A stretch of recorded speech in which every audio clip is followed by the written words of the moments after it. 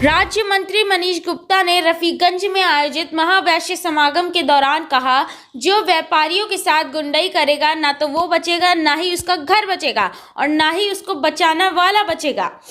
खचाखच भरे मैदान में उपस्थित लोगों को देखकर उत्साहित दर्जा प्राप्त राज्य मंत्री ने केंद्र तथा प्रदेश सरकार की योजना और अपराध पर नियंत्रण के बारे में तारीफ करते हुए व्यापारियों से कहा कि अब डरने की आवश्यकता नहीं है।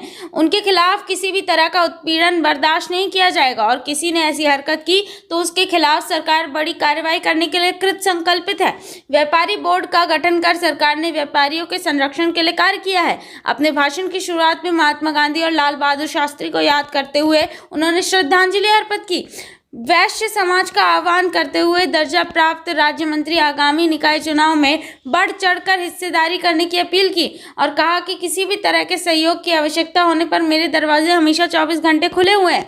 इस कार्यक्रम को सेवानिवृत्त डीआईजी उदय शंकर जायसवाल, राम जन्मभूमि तीर्थ क्षेत्र अयोध्या कार्यकाल प्रमुख पूर्व विधायक श्री प्रकाश गुप्ता समेत अन्य वक्ताओं ने संबोधित किया।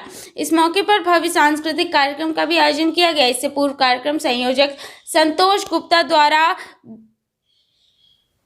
दर्जा प्राप्त राज्य मंत्री मनीष गुप्ता को गदा तथा अंग वस्त्र भेंट कर तथा उपस्थित अतिथियों का माल्यार्पण कर स्वागत किया गया। इस अवसर पर बीजेपी के कद्दावार नेता पूर्व विधायक सुभाष राय, पूर्व जिला अधीक्षक राम प्रकाश यादव, गीता जायसवाल, सुभाष चंद्र जायसवाल, रतन गुप्ता, राजकुमार अग्रहीर, अरविंद गुप्ता, आकाश गुप्ता समेत अनेक लोग मौजूद रहे। कार्यक्रम का कुशल संचालन सुरेश अग्रहीर ने किया। इस मौके पर दर्जा प्राप्त मंत्री के द्वारा वैश्य समाज के मेधावी छात्राओं साक्षी, अनन्या समेत को सम्मानित किया गया, जिसको पाकर छात्राओं के चेहरे खिले गए।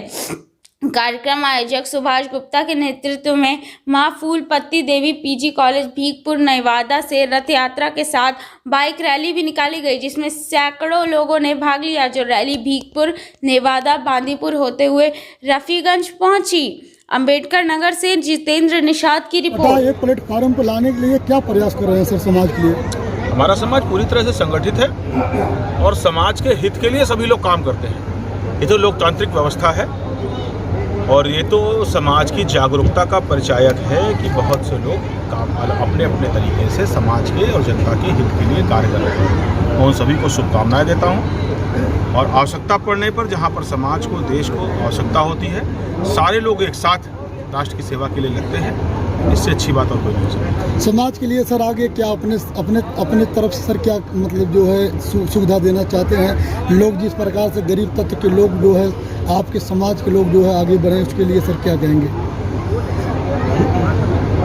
सरकार में रहने के कारण, सरकार में रहने के बाद और किसी भी सरकार का ये पहला दायित्व होता है किसी व्यक्ति के लिए कुछ ना सोचे, जो भी कुछ सोचे उस संपूर्ण समाज के लिए सोचे।